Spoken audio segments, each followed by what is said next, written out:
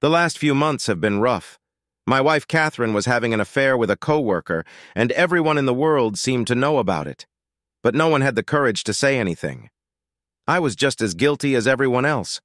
For some strange reason, I hoped it would just end, and everything would go back to normal. Of course, that was a fantasy, because things would never be the same again. We had been married 19 years and had 3 children. Rob was 18, the oldest. Catherine was pregnant when we married. A year later, we had Donna, and the next year, Darcy came along, and I had a vasectomy.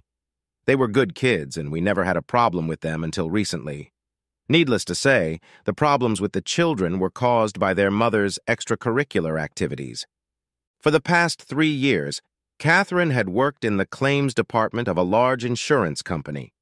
When she started working overtime, several nights a week, the kids and I noticed it quickly. She got a new haircut and joined a gym. Her lingerie drawer got a little sexier, but I didn't like it. Donna and Darcy had seen her having lunch with her department head at a fancy restaurant, but she never mentioned it. In desperation, I decided to follow her like a lovesick puppy. Her trips to motels with her lover were frequent and daring. Although I saw no need to do so, I did record the times and dates of several of their encounters. As the affair dragged on, the family began to disintegrate. All of this was happening without any conversation. The children were angry at their mother for cheating. The kids were mad at me for not arguing with their mother and trying to keep the family together. I was too dumb to realize it was a hopeless cause. The family would only get together for an evening meal. Even then, it was an ordeal. There was almost no conversation, and as soon as each of the children finished eating, they would quietly disappear, usually out of the house before bedtime. John, I can't take this attitude from the kids much longer. If you don't do something to dissuade them, I will. I'll take care of it. You've been saying that for a month. I don't know what's gotten into them. Why are they acting like little brats all of a sudden? If you have a solution, see if you can get some questions answered too. Oh, that wouldn't be the problem. The problem would be how to work it out. I think we're going to work it out now. Are you going to let me in on this, or is it some big secret? No secret. I'm going back to my parents tomorrow. Catherine wasn't happy with this news. She stopped clearing the table and sat back down, plopping heavily and resolutely into her chair. What the hell are you talking about, John? You can't commute to work from Frackville, and I can't take care of this place and the kids by myself. How does that solve anything? Actually, Catherine, you won't have to worry about taking care of the kids. They're coming with me. I didn't expect to see the frowned eyebrows and pinched lower lip I was rewarded with, but I fully expected it. Leaning her elbows on the table, my loving wife leaned forward and looked me in the eye. There's no way in hell you're leaving this house with my children. Whatever gave you the idea that you could get away with such foolishness? They will? Catherine sighed irritably, stood up and began to clear the table again. She mumbled something to herself, but I couldn't make it out. After tossing the last china into the sink, she turned around. Why? Why is this happening? My best guess is that they're tired of being embarrassed. What the hell are you talking about? Basically, it's about your affair with Brian Masterson. You flaunted your infidelity to the point where it became known to the entire family. You show no respect for your children or me. What? Are you going to deny it? Are you going to tell me you don't spend several days a week having sex in different motels? Are you going to tell me I don't understand?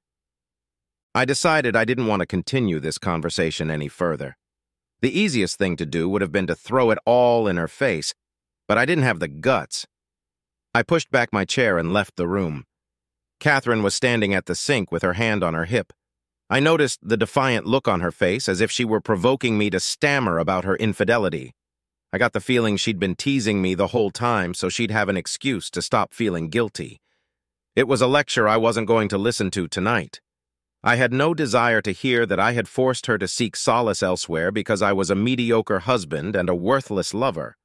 Sure, I could accuse her of being promiscuous, but in the end, the blame would still fall on me. I knew Catherine, and I knew she had pre-planned everything she was going to say. My best option was not to talk at all. What about your job? I'm quitting. I heard her shout my name as I walked out the door. I had no idea where the kids were. All their clothes and personal belongings were loaded into Rob's Subaru. The van had over 100,000 miles on it, but I figured it had another 100,000 left in it. All my clothes and personal documents were in the trunk of my Jeep. Catherine didn't notice any of this when she got home. We all agreed that anything we didn't manage to get out on the first trip we could come back for later. I was sure Catherine had been looking around the house when I left. There was no turning back now. I decided I should call Donna. Donna always seemed to be in control. Rob was older and a man, but he had no problem letting Donna call the shots on most matters. "Donna, it's Dad. Are you still home?" "No, I'm on my way to the motel right now. I should have told your mother what was going on, but I didn't say why. I think it's best if you guys find a place to stay tonight. Can you get a hold of Rob?" "No problem. Darcy and I are going to stay at Betsy Cooper's. I'm not sure if Rob has any plans, but I think I can get in touch with him." Okay. Meet me at the Waffle House on Lancaster Pike at 6 o'clock tomorrow morning. We can go to Frackville from there."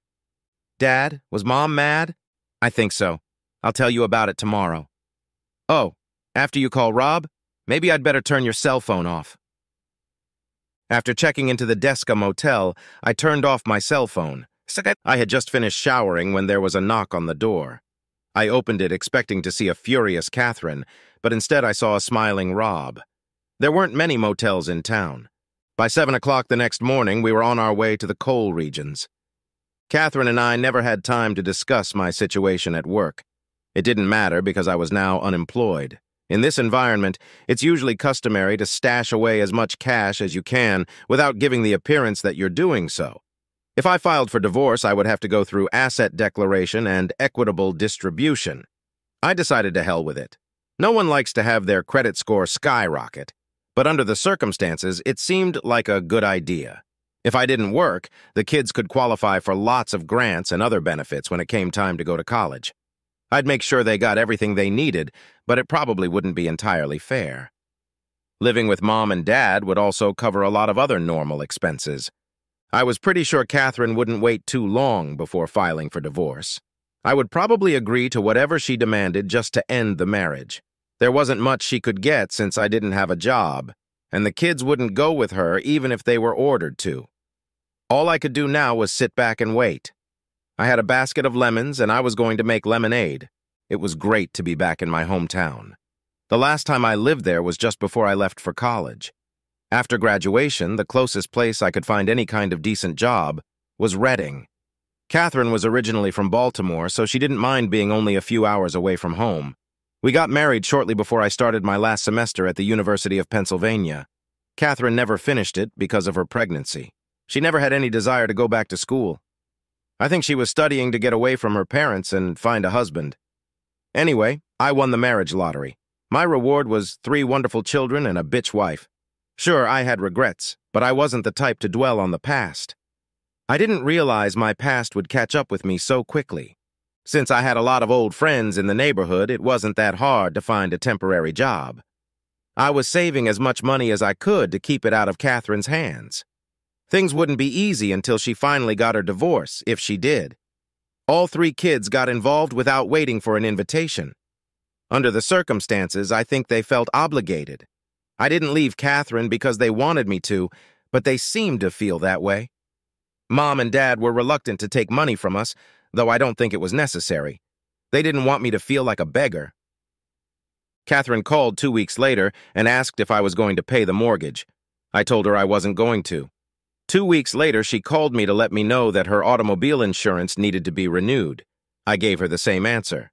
Catherine tried to strike up a conversation about the affair. She tried to be apologetic and sincere, but she failed. I listened patiently as she recounted how her friendship with Masterson had begun and how it had developed into a full sexual relationship. She assured me that it was just a physical attraction and nothing more. After a few minutes, she realized how ridiculous it all sounded and stopped talking halfway through. I didn't answer. "I'm sorry, John. I have no excuse for what I did. I'm truly sorry." She stopped calling after that. I think my wife eventually realized that the marriage could not be saved and filed for divorce. She was faced with making the mortgage and car payments and all the utilities. Of course, I was obligated to pay these bills, but I felt that since thousands of other hopeless fathers avoided such things, I might as well. At this point, it was worth the risk. I signed the papers and power of attorney to sell the house as soon as I received them. Now, it was just a matter of time. Catherine had asked for nothing more than the house. After paying expenses and commissions, she didn't have much money left. Rob was collecting all his paperwork for college. We had to stay in the state to pay tuition. Most grants would be hard to get because I would have to provide a copy of last year's income tax. I was able to explain my current employment status and get some of them to waive the income payment. Unfortunately, Rob had other, more pressing concerns. My past was coming back to haunt me, and he was finding himself in the middle of things. Dad, I have a little problem. I suppose you think I can help you. I met a girl a few weeks ago, and I really liked her. At least the conversation started on a high note. Rob had dated a few girls in high school, but hadn't shown serious interest in any of them.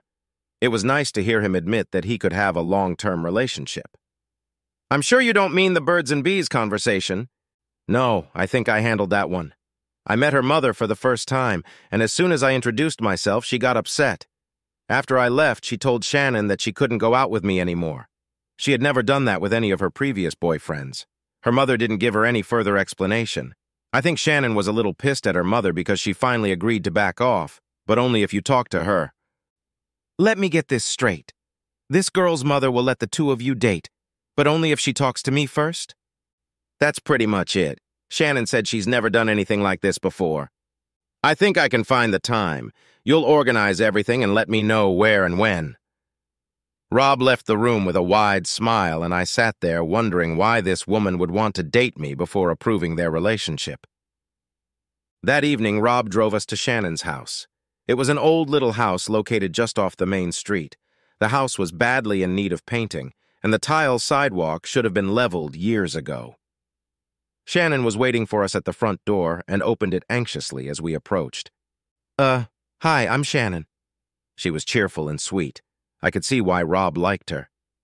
We really appreciate it, Mr. Rischel. I'm sorry to have to ask you out like this, but my mom insisted. I hope you don't mind. Don't worry about it. I'm sure we can get this all sorted out in no time. Mom, Mr. Rischel is here. My heart sank when my old high school and college sweetheart Abigail Connor walked into the room. Hi, John. Hi, Abby. The words flew off my lips automatically. There was an awkward silence in the room, which Rob quickly broke. Do you two know each other? She kept her eyes on me. Your father and I went to school together. Shannon seemed excited about the new situation. Well, that should make things easier, shouldn't it? I have fresh coffee ready. I think we'll be more comfortable in the kitchen. I obediently followed her to the back of the house. When I went to sit down, she turned to the children. You two had better wait in the living room for a while. Turn on the TV and don't mess around. I'll call you in a few minutes. Abby went to make coffee, and I went back to my memories. It was the fall semester of our senior year at Penn State. Abby and I had gotten into a fight because I didn't want to come home for Thanksgiving break. She left without me. While she was gone, I partied, got drunk, and was arrested for disorderly conduct. My parents weren't happy, and Abby refused to talk to me when she got back. She was still mad at me when the semester ended, and she went home alone for Christmas. I was at odds with Mom and Dad, so I stayed on campus for the vacations. That's when the bad news came. It was between Christmas and New Year's when Catherine reached out to me. According to her, we had had sex during one of my drinks in a college dorm, and she had gotten pregnant. Because of the situation with my parents at the time, I didn't want to upset them further. Without much thought, the two of us drove to Gretna Green the same day and got married. I didn't tell my parents about it until after graduation the following spring.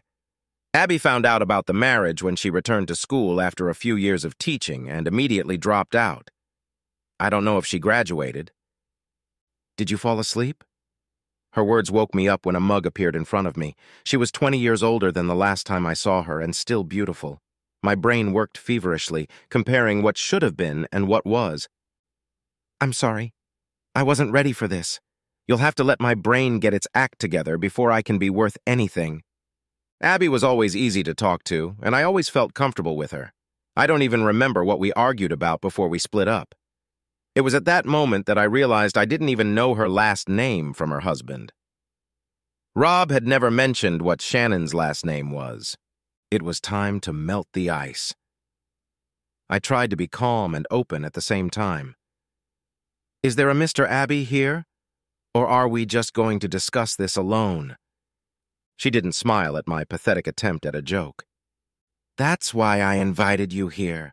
I'm not looking for anything, but I'm hoping we can avoid the problem. What do you mean you're not looking for anything? John, I've never been married. I tried dating a few guys, but it didn't work out. Most of them weren't interested in single moms and were just looking for easy sex with no commitment. I still don't get it. Damn it, John. You're Shannon's dad. There, I said it. I was hoping I could explain it to you in a more sophisticated way, but sometimes things don't go the way we planned. Of course, I had no idea. Can I get some more coffee? That's it? That's all you have to say? I think I understand why you told them they couldn't see each other anymore. Unfortunately, I think it may have been too late. By the time I found out you were Rob's father, they'd already formalized their relationship. Oh my God. Are you telling me that my son and my daughter are having sex? I'm pretty sure. I thought siblings were supposed to hate each other. The fresh coffee was too hot to drink. I blew on the rim of the cup, and my daughter's mother stared at me, waiting for the wise words I couldn't tell her. Abby, I don't think we have a choice, do we? We have to tell them and hope it's not too late. There was a sudden change of mood at the table. I'm sorry, John, I should have told you, but I just couldn't bring myself to do it. You just got married, and I didn't want to ruin it. So instead, you decided to ruin your own life? I have a beautiful, smart daughter. I didn't ruin my life. I just had to make some adjustments. I finished my coffee and leaned back in my chair. By the way, John, I don't mean to be intrusive, but where's Catherine? I'm afraid we've drifted apart. I always thought that was an appropriate word, but I never thought I'd get a chance to use it. Oh, I'm sorry I asked. We sat like that for a few moments without saying a word. John, do you want to tell them yourself, or should I? You tell them, and I'll support you as best I can. Less than a minute later, Shannon and Rob were already sitting with us at the kitchen table. Abby handed Shannon a folded piece of paper across the plastic surface. Oh my goodness! Shannon immediately caught Rob's attention, even though she hadn't even unfolded the paper yet. What's going on? It's a mysterious birth certificate that I wasn't supposed to see until I turned 21. Rob looked puzzled. What the hell is so unusual about a birth certificate? Shannon didn't answer. She unfolded the form and stared at it with her mouth open. No! No! It can't be true. It must be a mistake. Mom, tell me it's not true. Abby didn't answer her daughter. She stared at the floor. Rob tried to look at the sheet, but Shannon hid it from him. Mom, please, tell me it's not true. There was still no response. In disgust, Shannon threw the birth certificate across the table and ran out of the room in tears. Dad, what the hell is going on? I'm sorry, Rob. It was hard for us to tell you this, but you need to know. Know what? Holy shit! Shannon's your sister. There was silence in the kitchen. Somewhere far away in the house, we could hear Shannon crying. Rob slowly got up and walked out of the room. I was sure he had a million questions piling up, but he wasn't looking for answers right now. He had better things to do. After a few moments, the sobs became less loud. Abby, you wouldn't happen to have a beer, would you? Abby and I had just finished our second beers when Rob reappeared. Can we go home now, Dad? 2 days later, Rob decided to talk to me again. There was a somber atmosphere in the house, and I was relieved that something was going to happen. I want a DNA test done. I have the money to pay for it, and I won't take no for an answer. Where can we do it? There's a lab in Allentown. Each test costs $200. I need tests on Shannon, you and me. Well, if we're going to go to that much trouble, we might as well get the girls tested, too. I'll foot the bill. Do we have to go there ourselves, or do we have to mail in the test kit? Both, but I'd rather go there. That's fine. You'll get everything ready, and we'll make the most of the day. I'll even take you to dinner at the Olive Garden." That same day, I called my wife's company. I spoke to the head of the company's legal department. He wasn't really interested in my marital status and was quick to tell me so. However, he was interested in how Brian Masterson was paying for the motel rooms he was using. When I mentioned that Masterson was Catherine's supervisor and that I would like more information about the company's policy on adultery, he quickly ended the conversation. A few days later, Catherine called. For some strange reason, she had lost her job and was having trouble paying her bills. She seemed upset when I told her that I couldn't find a job and that I was living on my parents' income. She wanted me to give her enough money so she could move back to Baltimore. She put the house on the market, but things were not going well. She hoped to get out of Pennsylvania before her car was repossessed. She tried again to explain her affair with Masterson, but quickly abandoned the attempt when I didn't say anything back. Although she didn't mention it, I knew that Brian Masterson had also been fired. She never realized what had happened. 2 days later, everything changed. I walked into the house and found Rob and Shannon on the couch, grinning like two Cheshire cats. They just sat there with silly grins on their faces while I coughed. "Good. How's it going? Why are your faces so grim?" It was a feeble attempt at a joke. They laughed anyway. "Do you want the good news or the bad news?" "Don't you think you're a little wrong?" "We don't think so." "Well, maybe some of it is bad, but overall it's pretty good." "Stop messing with my head." "Donna and Darcy are both your daughters. The DNA matched." "I assume they're happy about that?" "They don't know yet." "What aren't you telling me?" "Shannon is your daughter, another almost perfect match." I'm still a little confused. Where does the fun begin? "Don't feel bad, but I'm not your son." I didn't expect that. I loved Rob with all my heart and raised him the way any good father would. Now he's telling me I'm not his father. "I need another beer." The smiles disappeared from Rob and Shannon's faces. Suddenly, things were a little more serious and not so carefree. I returned with a new bottle and plopped into the chair. "Dad, this doesn't change anything about our relationship. You're still my father, regardless of what the DNA test says. I don't know who the father was, but you'll always be my father." I'm halfway through a new bottle. I don't know whether to be happy or sad. I don't know if this is good news or bad news. I don't know what to do. I just don't know what to do. My new daughter and my ex-son just sat on the couch saying nothing. "Have you told your mother yet, Shannon?" No. "Why don't you kids run to her and tell her the news? I've got a lot to think about. Mom and Dad were in the kitchen trying to avoid this situation. They've always been kind.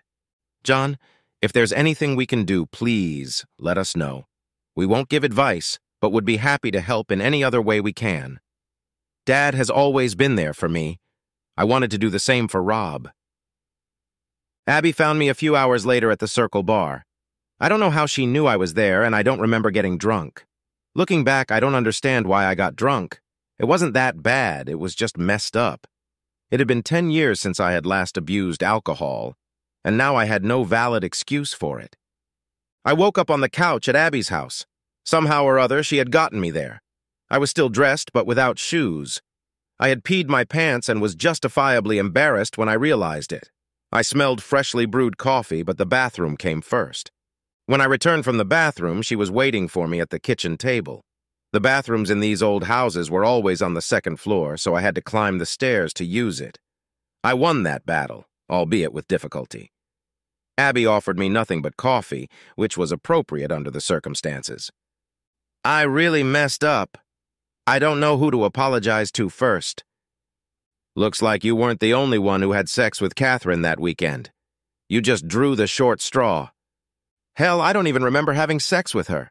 I assumed I did because of the way she approached me. I had no alibi and no way to prove I didn't sleep with her. I took the easy way out, like the ultimate asshole. I must be the biggest simpleton in the world." There was no response from the other end of the table. Finally, she spoke up. "Hey, don't look at me like that. I totally agree with your self-assessment." I don't know what to do. I thought the divorce had already started. It is, but I feel like I should be doing something else. "I think you should shower and shave now. I was in pretty bad shape. Plus, I felt like crap. Would you give me a ride home?" For the next few days, Rob was in high spirits. The girls seemed happy with their situation genetically, but still not happy with the mother they felt they were related to. My mom and dad supported me as much as they could without sticking their nose where it didn't belong. It was much appreciated. Rob was the first to decide that we needed to be more proactive. Dad, I want to make lemonade. What are you talking about? Remember how you always said that if the world gives you lemons, make lemonade? I nodded my head in agreement. Well, we have a bunch of lemons. Let's get started. How proud can a father be? She has to find out, Dad. Mom needs to know who my real father might be. That was in a fraternity, right? That means Mom got pregnant by one of your brothers and he let you take the blame. Is there any way to get her to give you some names? Whoa, you're assuming it was more than one name. You seem to have a low opinion of your mother. Not after what she did to you then and what she's doing to you now. She was a whore, and she still is. How the hell could you stay with her all these years? I ignored the last question. I have an idea. I don't know if it will work, but it's worth a try. That same day, I called my loving wife. I tried to compose in my mind what I wanted to say, but I was afraid I would end up confused and mess it up. Hey, John, what can I do for you? I wasn't expecting your call. From the tone of her voice, I was afraid she might see it as an attempt at reconciliation. I was going to be very careful not to mislead her. I was thinking about our last conversation. You mentioned something about wanting to move in with your sister. Are you still thinking about it? Yeah. Have you figured out how to help me? If you did, I'd appreciate it. I can give you $2,000 to help you get started, but I need something in return. Okay, that'll really help. What do you need? I don't suppose you know I did DNA tests on all the kids. Oh, man. Judging by her muffled exclamation, she had no idea about the tests. I'm sorry, John. I was hoping this would never come up. You and Rob seem to be doing so well. And I thought it was interesting that she mentioned Rob and not Darcy or Donna. What about the girls? I don't know what you mean, John. What about the girls? Weren't you worried about their DNA tests? No, why would I be concerned? Her answer seemed sincere to me, and I decided not to pursue the subject further.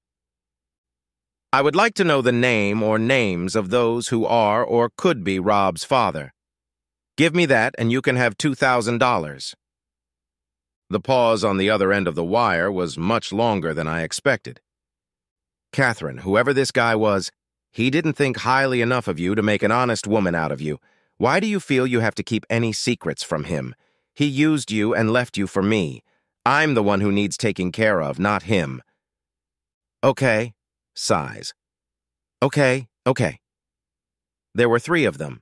I don't know which one is the father. I'd appreciate it if you could give me their names. Kyle Simmons, Ray Thorenson, and Philip Berger. I knew them all. 3 spoiled rich kids who thought they could get away with anything. They were all loyal fraternity members, but they weren't very clean. Thank you, Catherine. I appreciate it. What else did you say you wanted, John? If you're not going to stay in this house and you can't sell it, can I have it? Oh, God, yes, I can't sell it, and I'd like more than anything to give it to you. Even if I find a buyer, I won't make enough on the deal to pay the real estate commission. You can have it as soon as I move out. I'll sign whatever paperwork you have. John, I also have a small favor to ask. What is it, Catherine? Is there any way you can arrange for me and the kids to meet? It's no big deal, but still, I'm their mother, and I'd really like to see them once in a while. I'm sure I can think of something. 2 days later, Catherine got her $2,000, and I took title to the house and the mortgage. Rob had no problem getting information on possible parents. Getting DNA information was a little more difficult, but not impossible. Ray Thorenson was a high school teacher in Altoona. All state employees were required to have their DNA data. These files were not available to the general public, but Rob had no trouble figuring out how to get what he needed. Ray Thorenson was not Rob's father. Philip Berger was an employee of the Ohio prison system. Phil seemed to like young girls who, according to the state, shouldn't sleep with men who were fit to be their fathers. It's not for me to judge, but I was glad to learn of Philip's whereabouts. Of course, all men of Philip's caliber are in the database. I don't know how Rob got access to it, but it was eventually revealed that Phil was not Rob's father. If Catherine was being honest with me, that meant that Kyle Simmons had to be the man. The search continued. Seymour Schlump and I had gone to high school together. Seymour went to Dickerson and was pursuing a law degree when I enrolled at Pennsylvania State University. Seymour and law were not a marriage made in heaven. He was not the most accurate arrow in the quiver. In fact, he was, to put it mildly, sloppy. He was, however, the perfect candidate for our project. Taking advantage of Nittany Lions alumni news and fraternity web pages, we found Lieutenant Colonel Simmons at Andrews Air Force Base in Maryland. Kyle was an important person at the college and seemed to have made a career out of it. Abby had a cousin who served in the Pennsylvania National Guard who was able to get Kyle's DNA data. We got a match. Houston, we're ready to launch. Catherine left home by the end of the week. Instead of paying off the late mortgage payments, I simply refinanced the whole thing, crossing Catherine's name off all the paperwork. I moved back into the house, but the kids wanted to stay in Frackville for the rest of the school year. Rob wanted to stay to be near Shannon. I think I wanted to be near Abby, but there were still a lot of things that needed to be done. I was amazed at the poor job Catherine's attorney did. It would have been very easy for him to determine that I hadn't quit my job, just taken a vacation. It turned out that he never checked. I was under the impression that he had used a divorce form that he had downloaded from the internet. I was still a few months away from the final decision, but I didn't expect there to be any problems. The worst part of my return to work was Rob losing his college scholarship. The good part was that I could pay my tuition or get a loan. Abby worked in an office that billed doctors. It was a 9-to-5 job, 5 days a week. I started spending all my weekends in Frackville. Rob and Shannon got along great, but there was one small snag. Shannon spent a lot of time with Darcy and Donna. It was mostly shopping trips, but Rob wasn't thrilled about sharing her with anyone. Abby and I found it amusing in a good way. For some reason, Abby and I acted more like friends than ex-lovers. Neither of us seemed ready to take the first step toward intimacy. Seymour had flooded the court system with every document he could think of. He was working with a shotgun theory. He figured that if he filed enough lawsuits against Simmons, 1 or 2 of them might stick. He also hoped that at least one of them would partially plead guilty so he could get the paycheck he was owed. I didn't pay him a dime, but he didn't seem to mind as long as he had his share. I didn't want any litigation, but it would be nice if we could pay for Rob's college tuition. It would have made it easier when the girls started school. Things were still the same for Rob and me. The DNA issue didn't seem to bother either of us. Rob was just happy that he wasn't Shannon's brother. I was happy that I was her father, but I wished I had spent more time with her when she was growing up. She basically got caught up in the whole thing, but didn't seem to be upset about it. Life was starting to get better. I got the house in order, but I couldn't stand living alone. Rob and Shannon had finished school and were both working. In 2 months, Rob was going to go to state college. Shannon was going to start a 2-year program at Reading Area Community College in some kind of medical administration major. Catherine had called from Baltimore. The relationship between her and her parents was not going well. She was still living with her sister and couldn't afford to buy her own place. She was having trouble finding a job because of bad references from her last employer. She regretted everything and wished she could take it all back. She hoped that I could forgive her. Although forgiveness on my part was out of the question, she was happy to hear that the girls were planning a trip to Baltimore to see her. The conversation ended on a high note. By the end of the summer, my life began to get better. The divorce was final and no conditions were required. Kyle Simmons acknowledged Rob's paternity on the advice of his attorney. In lieu of a monetary award, it was agreed that Kyle would pay all of Rob's college expenses for 4 years. In the end, Kyle also paid Seymour's fees. To make matters worse for good old Kyle, his wife filed for divorce, which included her entitlement to 49% of Kyle's upcoming pension. Using simple math, Kyle's wife determined that Rob had been conceived just 4 weeks before her wedding. Coupled with several other unwise behaviors over the years, this proved to be the straw that broke the camel's back. The most pleasant surprise was Abby's arrival at the house. It was too late for dinner, but perfect for a bottle of wine. She didn't have much to say until we got comfortable. "John, I need a favor." I liked the way she started the conversation because I felt obligated to her and wanted to do something for her. Shannon will be starting classes in a few weeks, and I'm not thrilled about her having to commute, especially in the winter, through the mountains. I was wondering if it would be difficult if she stayed here with you. Sure. The girls are coming back, and I think they'll all get along just fine. There is one other problem. We've never been apart before, and I'm hesitant to leave her alone.